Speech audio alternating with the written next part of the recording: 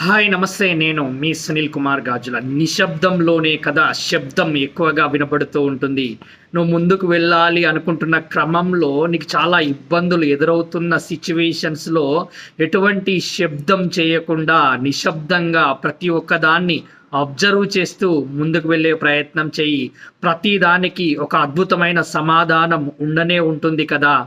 మనం ఏదైనా ఒక బండి వెనుకకు రాకుండా ఉండాలి అని అంటే దానికి ఒక ఓటు పెడుతూ ఉంటాము. ఆ ఓటు ఉన్నంత సేపు ఏం జరుగుతుంది అని అంటే అది వెనుకకి రానే రాదు. అలానే నువ్వు ముందుకెళ్తున్న క్రమంలో కూడా నువ్వు పడిపోతుంటే పట్టుకోవడానికి ఒక అద్భుతమైన శక్తి ఎప్పుడూ నీ వెనుక ఉండనే ఉంటుంది అని నమ్ముతూ నిశ్శబ్దంగా ఏ శబ్దము లేకుండా పనిచేస్తూ ముందుకు వెళ్ళే ప్రయత్నం చేయి. ఒకరోజు పెద్ద శబ్దమే నీ సక్సెస్గా వినబడుతూ ఉంటుంది. ఆలోచించు.